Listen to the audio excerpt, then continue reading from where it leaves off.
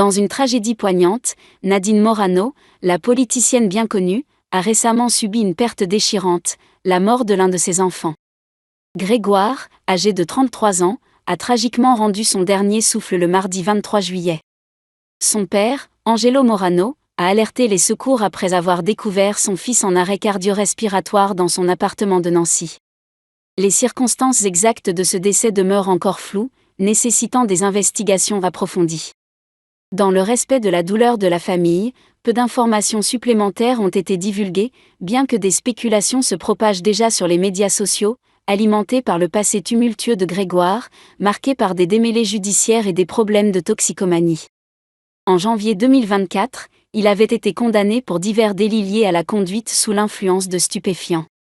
Face à cette épreuve déchirante, Nadine Morano reçoit le soutien chaleureux de diverses personnalités publiques, dont Isabelle Balkany et Éric Nolot. Malheureusement, des critiques acerbes fusent également en raison de divergences politiques, certains étant d'une cruauté inouïe envers la députée européenne, l'accusant de manquer de compassion envers d'autres victimes.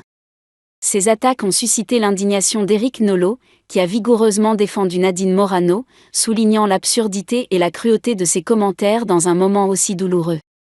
Son soutien public devrait apporter un peu de réconfort à Nadine Morano alors qu'elle traverse cette période extrêmement difficile.